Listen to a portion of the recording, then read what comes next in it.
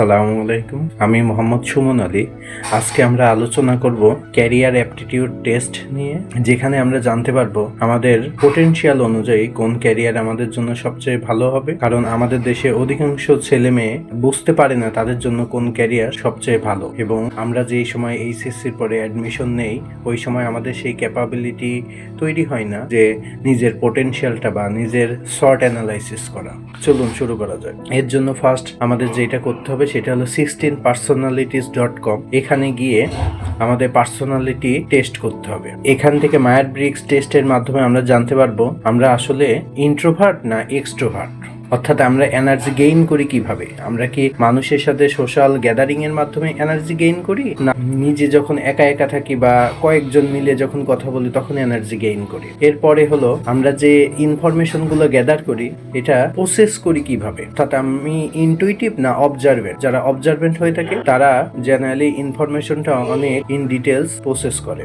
যেমন যিনি অবজারভেন্ট টাইপের হবে, ধরুন দুইজনই বাসা থেকে অফিসের জন্য রওনা করছে, যিনি অবজারভেন্ট টাইপের হবে তাকে যদি জিজ্ঞাসা করা হয় তুমি কিভাবে বাসা থেকে আসলে, তিনি বলবে বাসা থেকে কোনো একটা রিক্সাতে উঠলাম, রিক্সাতে উঠে পরে বাস স্ট্যান্ডে গিয়ে অনেকক্ষণ 5-10 মিনিট ওয়েট করলাম, কোনো বাস পাওয়া যায় না, পরে কোনো রকম কষ্ট মতে একটা বাসে উঠলাম, এটা ওঠার পরে তারপরে আমি মেট্রো স্টেশনে কাছে ওয়েট করলাম, পরে মেট্রোতে সিরিয়ালে দাঁড়ানোর পরে অনেক কষ্টে মেট্রোতে উঠলাম, মেট্রোতে উঠার পরে আমি মেট্রো থেকে নেমে কিছুক্ষণ পায়ে হেঁটে এরপর অফিসে আসলাম। কিন্তু যিনি ইনটুইটিভ টাইপের হবে তিনি বলবে আমি বাসা থেকে আসার সময় রিক্সা, বাস এবং মেট্রো রেলে করে তারপরে অফিসে আসছে। অর্থাৎ সে খুব সংক্ষেপে সামারি আকারে সবকিছু বলে দিবে। এরপরের টাইপ সেটা হলো আমরা চিন্তা করি কিভাবে। এই ক্ষেত্রে টাইপ দুইটা হয়ে থাকে, একটা হলো থিঙ্কার, অনেক রেশনালি যৌক্তিক ভাবে লজিক দিয়ে চিন্তা করে, আর একজন হলো ফিল দিয়ে চিন্তা করে, মানে সে অনেক বেশি ফিল করে। যেমন যারা ফিলার টাইপের হয় তারা যদি কোনো একটা এইচআর হয়ে থাকে তখন তারা কোনো একটা এমপ্লয়িকে জিজ্ঞাসা করতে পারে যে আসলে আপনি ইদানিং শুধু লেট করে আসেন, আপনার কি কোনো পার্সোনাল প্রবলেম আছে কিনা বা আপনার ফ্যামিলিতে কোনো সমস্যা আছে কিনা। এইভাবে তারা অনেকটা ইমপ্যাথি নিয়ে জিজ্ঞাসা করবে। কিন্তু যারা অনেকটা থিঙ্কিং টাইপের হয়ে থাকে তারা আপনাকে ডিরেক্ট বলবে যে ভাই আপনি প্রতিদিন এইভাবে লেট করে আসেন, এইভাবে আসলে তো আমাদের অফিসের পলিসি অনুযায়ী আপনি অন্য জব দেখতে পারেন। মানে সে ডিরেক্ট তাকে বলবেন, সে এর কথার ফলে কষ্ট পেলো কিনা এইগুলা নিয়ে সে কনসার্ন না। এরপরে আরেকটা টাইপ আছে, অর্থাৎ তারা ডিসিশন মেকিংটা করে কিভাবে। ডিসিশন মেকিং এর সময় তারা কি জাজার টাইপ না পার্সিভার টাইপ। যারা জাজার টাইপ থাকে তারা জেনারেলি ডিসিশন গুলা আগে থেকে নিতে পছন্দ করে, এবং যারা পার্সিভার টাইপের থাকে তারা অপশন গুলো সবসময় ওপেন রাখতে চায়। যেমন ধরা যাক কেউ ট্যুরে যাবে কক্সবাজারে, এই ক্ষেত্রে যিনি জাজার টাইপের তিনি আগে থেকে ট্রেনের টিকিট এবং ওখানকার হোটেল বুকিং থেকে শুরু করে প্রি প্ল্যান কোথায় কি যাবে সবগুলো প্ল্যান আগে থেকে রেডি করে ফেলে। কিন্তু যিনি পার্সিভার টাইপের হবে তিনি এই ক্ষেত্রে চিন্তা করবে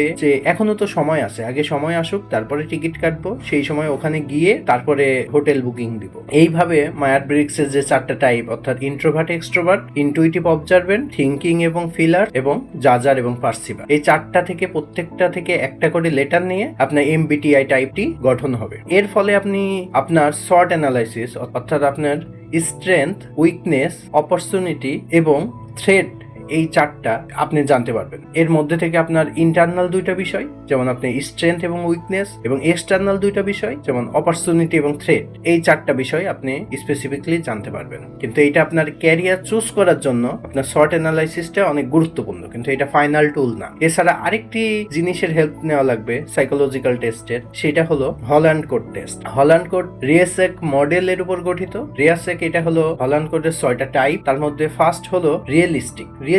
এই ধরনের টাইপগুলো অনেক বেশি মেকানিক হয়ে থাকে, তাদের টেকনিক্যাল হ্যান্ড অনেক ভালো থাকে, যেমন বিভিন্ন ইঞ্জিনিয়ার, ডাক্তার, তারপরে বিভিন্ন ধরনের টেকনিক্যাল যে পার্সন গুলো আছে যাদের টেকনিক্যাল হাত ভালো, যেখানে টেকনিক্যাল স্কিল প্রয়োজন হয়, সেই ক্ষেত্রে কিন্তু এই রিয়েলিস্টিক স্কিলটা আপনার খুবই কাজে লাগবে। এটা ছাড়া কিন্তু আপনি ওই সেক্টরে সফল হওয়া আপনার জন্য অনেক ডিফিকাল্ট হয়ে যাবে। এরপরে ইনভেস্টিগেটিভ মানে অনুসন্ধিৎস, এই ক্ষেত্রে হতে পারে তিনি ইকোনমিস্ট হইতে পারে।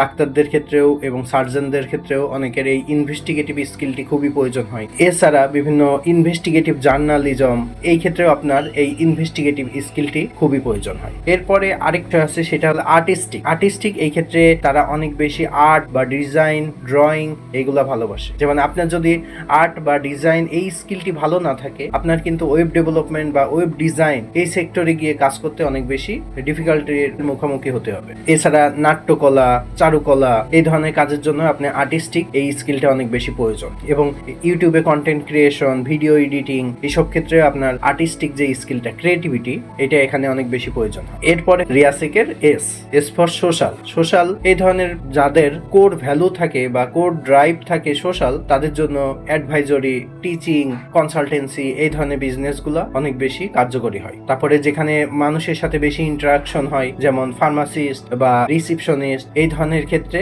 এছাড়া যেখানে অনেক বেশি সোশ্যাল গ্যাদারিং বা পিপল কন্ট্যাকচুয়াল অনেক বেশি হয়, এই স্কিলটি খুবই গুরুত্বপূর্ণ। তাদের যদি সোশ্যালিজম কম থাকে, তাহলে কিন্তু এই সেক্টরে তাদের অনেক বেশি সার্ভাইভ করতে হবে। এরপরে যেটা আসি, সেটা হলো রিয়াসেক ইন্টারপ্রাইজিং, যেটাকে পারসুয়েডিং বলা হয়। অর্থাৎ সে মানুষের উপর কনভিন্স করার ক্ষমতা অনেক বেশি থাকবে। এই ক্ষেত্রে আপনার সেলসম্যানশিপ স্কিলটি অনেক বেশি থাকবে, যেমন লয়ার বা সেলসম্যান, সেলস ম্যানেজার, বিভিন্ন ক্ষেত্রে এই স্কিলটা অনেক বেশি কাজে দিবে। যেমন আপনার যদি পারসুয়েডিং বা ইন্টারপ্রাইজিং স্কিলটি বাই ডিফল্ট হাই থাকে, তাহলে আপনি সেলস, লয়ার এই সেক্টরগুলোতে অনেক বেশি ভালো করবেন। এছাড়া আমরা জানি সেলসম্যানশিপ এই স্কিলটি আমাদের বিভিন্ন সেক্টরে কাজে লাগে। যেমন আমরা ইন্টারভিউতে নিজেকে সেল করা লাগে, আমরা যেখানে ব্যবসা করব সেখানেও আমাদের প্রোডাক্ট বা সার্ভিস সেল করা লাগবে। এটা খুবই একটা গুরুত্বপূর্ণ স্কিল। এরপরে রিয়াসেক মডেলের, সেটা হলো কনভেনশনাল যারা, তারা অনেক বেশি নাম্বার নিয়ে কাজ করতে পছন্দ করে এবং তারা অনেক বেশি স্ট্রাকচার টাইপের হয়ে থাকে। যেমন এই ক্ষেত্রে